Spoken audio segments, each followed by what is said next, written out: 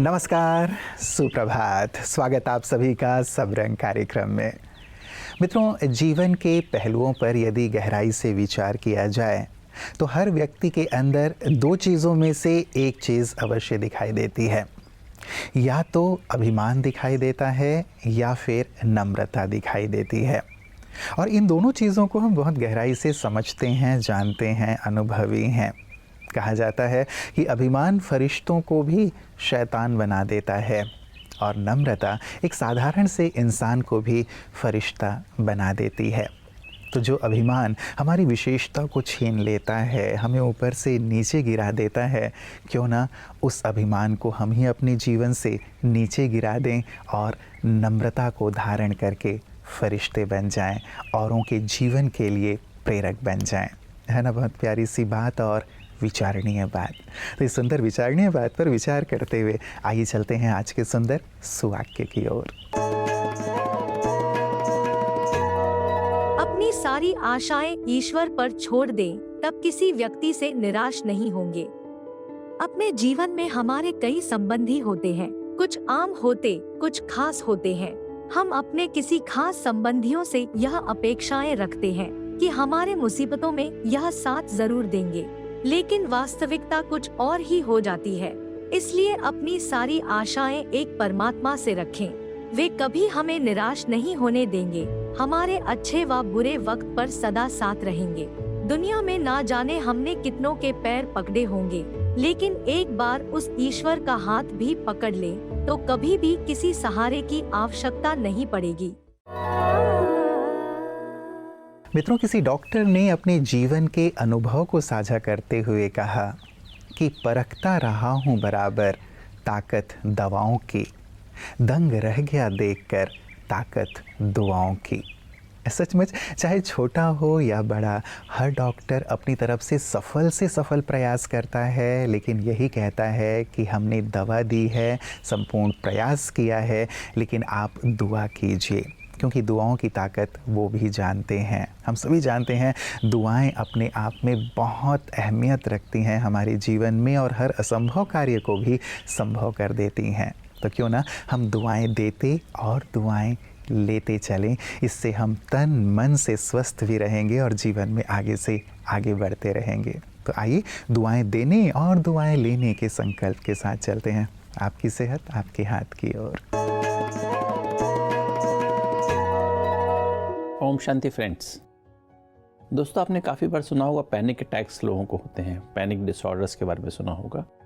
दोस्तों, ये basically panic attack एक तरह का एंजाइटी डिसऑर्डर ही है, जिसमें हम पैनिक हो जाते हो। कई बार हम लोगों को आते भी हैं, एंजाइटी कभी होती है कोई बात की, और कोई कभी कभी थोड़ा सा पैनिक भी हो जाते हैं। बट पैनिक डिसऑर्डर जब कहते हैं या पैनिक अटैक कहते हैं, उसमें क्या होता है कि हमें इंटेंस फियर होता है कि हमें अचानक से हमें विदाउट एनी सॉर्ट ऑफ कोई ऐसा बेसिस नहीं होता, हम नॉर्मल सब कुछ चल रहा होता है, अचानक जैसे मान ली कार चलाते चलाते हो जाएगा, मीटिंग के बीच में हो जाएगा। तो ऐसे में क्या होता है, इमीडिएटली आप खुद नहीं संभाल सकते हैं, क्योंकि ऐसे हालत में हमें डॉक्टर की मदद लेनी चाहिए। जो भी लोकल अपने जो फैमिली डॉक्टर हैं या उनकी मदद लेनी चाहिए, उनका कुछ इलाज कराना चाहिए। इलाज क्या करना चाहिए इसमें, इसका डायग्नोसिस तो आप भी कर सकते हैं, किंतु आपका डॉक्टर इसको अच्छे समझ सकता है और इसके बारे में कुछ और कॉजेज़ हैं, अगर कोई लंबे समय से स्ट्रेस चल रही है। और इसमें मेन बात क्या होती है कि हमें अगला बार ऐसा दोबारा अटैक ना आए, इसके लिए भी एक इंटेंस फियर होता है। जैसे जो भी कारण है जिसकी वजह से ऐसा होता है, तो उसमें भी नींद के बीच में भी कई बार हो जाता है ऐसा, हम रात सोते तो उठते हैं और एक पैनिक एपिसोड आ जाता है, पैनिक डिसऑर्डर अटैक आ जाता है।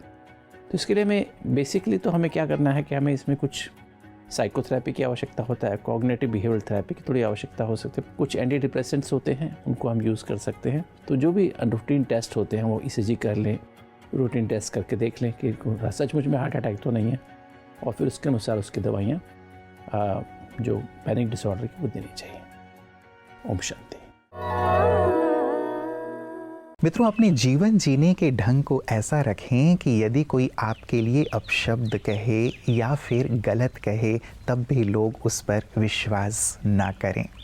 सचमुच यदि जीवन में हम कुछ आदर्शों को अपना लेते हैं, अपने जीवन को उच्चता की ओर ले चलते हैं, कुछ सुंदर स्वभाव संस्कार को अपने चरित्र में शामिल कर लेते हैं, तो लोगों के ऊपर एक गहरा छाप होता है हमारे सुंदर व्यक्तित्व का, चरित्र का। और फिर चाहे सारे लोग हमारी ओर उंगली उठाएं और गलत कहें, फिर भी लोग उस बात पर विश्वास नहीं करते। सचमुच यही जीवन तो श्रेष्ठ जीवन है ना, और यही आदर्श जीवन है, और ऐसा ही हमें अपने व्यक्तित्व और चरित्र को बनाना है। और ऐसा ही व्यक्तित्व अपने जीवन का बनाते हैं हमारे विशिष्ट जन भी, जो प्रेरित करते हैं हम सबको अपने आप को आगे बढ़ाने के लिए। आइए देखें विशिष्ट की बातें विशेष में आज की ऐसी ही महान विभूति को। ये जो हम लोग का अंदर में सभी का शक्ति है, कुछ ना कुछ है, लेकिन हम उसको पहचान नहीं सकते हैं। तो इसको बाबा का ज्ञान में आने के बाद में वो पहचान मिल गया, अपने आप को पहचान लिया। हम किसका बच्चे हैं उसको भी बाबा को जाने, खुद को जाने, हमारा जो आत्मा परिचय मिल गया, तो वो सबसे बड़ा है, महान है। तो बाबा का परिचय के बाद में हम अंदर में वो शक्ति तो खुद आते जाते हैं। पहले मैं स्कूटर में जब क्लास करने जाती थी 5 किलोमीटर, मेरे को तो लगता नहीं था हम स्कूटर में हैं, हम खाली उड़ते हैं, ऊपर उड़ते हैं, इसे लगता था। अभी भी लग रहा है, अभी भी, और टेंशन मतलब और कुछ नहीं है। जी, मतलब आत्मा का ज्ञान, परमात्मा का ज्ञान, योग, ये हमें बहुत हल्का कर देता है, हमारे दुखों को दूर कर देता है, क्योंकि हम सत्य को समझ लेते हैं कि देह तो नाशवान है और हम आत्मा हैं। और ये जो तनाव की स्थिति रहती थी, जो आप मार पिटाई करते थे, आप डॉन थे, तो वो कुछ चेंज हुआ या नहीं हुआ? बहुत चेंज हो गया। जब मैं पुलिस ट्रेनिंग में, हम लोग का पुलिस जो आते हैं उनको पुलिस को ट्रेनिंग करते हैं जी। मेरे को ट्रेनिंग सेंटर में इंस्ट्रक्टर पोस्टिंग मिला था। तो मैं बोलती थी मैं पिटाई करती हूँ, कोई भी बिलीव नहीं करते थे। नहीं आप नहीं पिटाई करते थे। लेकिन पहले वाला जो देखे हैं उन लोग को ठीक जानते हैं जी। मेरे को बाद में भी देख कर भी चलते हैं, ये वही विजया है जो डॉन थे, अभी कितना परिवर्तन हो गया। गांव में भी मेरे को बहुत गुस्सा आता था। जी, आपका गुस्सा भी कम हुआ। एक चीज, तो जैसे इस फील्ड में मान लीजिए आप पुलिस में थे, तो वहाँ पे लोगों को सुधारने के लिए, लोगों को सही रास्ते पे लाने के लिए ये मान के चला जाता है कि चलो भाई, जब तक आप मारेंगे नहीं, पीटेंगे नहीं, तब तक व्यक्ति सुधरेगा नहीं, राइट? एक मान के चलते हैं, और कई हद तक ये सही भी दिखाई देता है।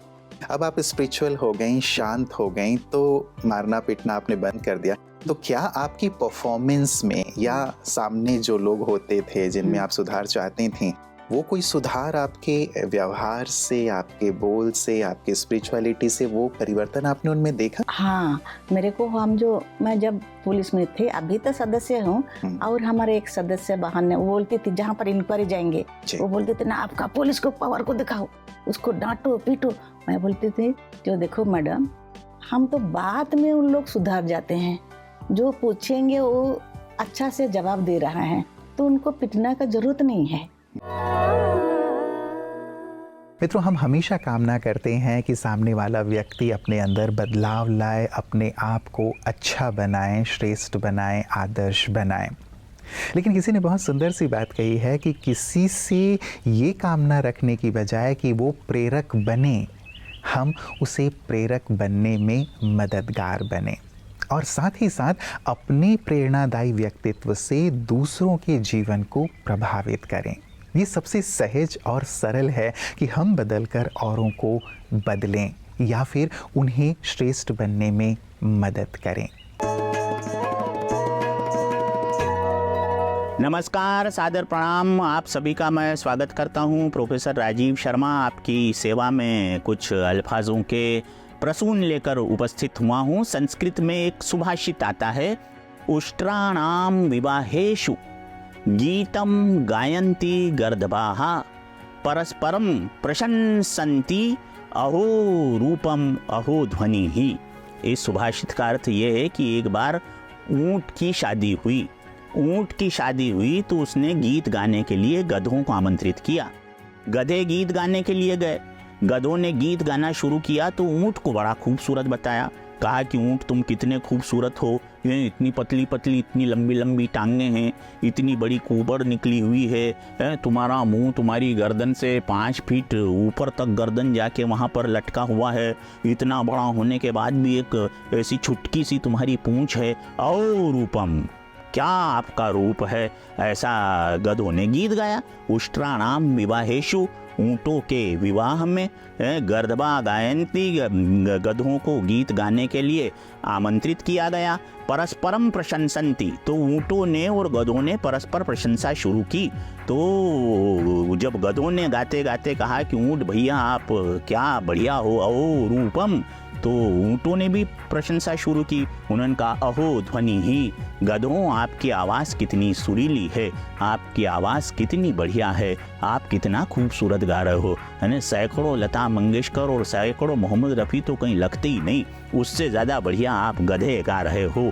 कहने का मतलब ये है इस सुभाषित में कि जब हम किसी एक की झूठी प्रशंसा करते हैं और दूसरा पहले की झूठी प्रशंसा करता है, तो ये प्रशंसा हास्यास्पद हो जाती है। इसलिए प्रशंसा सदैव उसकी होनी चाहिए जो योग्य हो, और जो जिस प्रतिशत में, जिस स्तर पर योग्यता को रखता हो, उसी स्तर पर उसकी प्रशंसा होनी चाहिए। क्योंकि अयोग्य की प्रशंसा प्रशंसा नहीं होती, अयोग्य की प्रशंसा तो कहीं और कहीं अयोग्य को और अधिक पतन और अहम के और अधिक ऊंचे स्तर पर जाने का कार्य करती है। बहुत बहुत धन्यवाद, सादर प्रणाम। मित्रों, कहीं दुआ और बद्दुआ पर चर्चा हो रही थी तो एक अनुभवी वृद्ध ने कहा कि ज़रूरी नहीं कि कोई हमें बद्दुआ दे, दुआ और बद्दुआ हमें अपने ही कर्मों से प्राप्त होता है। यदि आप किसी का दिल दुखाते हैं अपने बोल से, अपने व्यवहार से, अपने कर्म से, तो उसके दिल से बद्दुआ निकलती है। और यदि आप अपने कर्म व्यवहार से, अपने बोल से किसी को सुख देते हैं, किसी का कल्याण करते हैं, किसी का भला करते हैं, तो उसके दिल से दुआएं निकलती है। तो लोग दुआ या बद्दुआ नहीं देते, लेकिन आप उसके लिए ज़िम्मेवार होते हैं कि आप अपनी गठरी में क्या जमा कर रहे हैं, आप अपने बैंक में क्या जमा कर रहे हैं। यदि हम दुआओं का खाता जमा करते हैं, जीवन सहज सरल होता चला जाता है, और यदि हम बद्दुआएं लेते हैं तो जीवन कठिन होता चलता है। तो क्यों ना मित्रों, हम अपने बोल को, अपने व्यवहार को, अपने जीवन को ऐसा बनाएं कि सबसे हमें दुआएं ही प्राप्त हो। ज़रूर इस पर गहराई से विचार कीजिएगा और दुआओं की पूंजी जमा करते चलिएगा। कल पुनः इसी वक्त आप सबसे मुलाकात होगी। तब तक अपना ख्याल रखिएगा। नमस्कार। ओम शांति।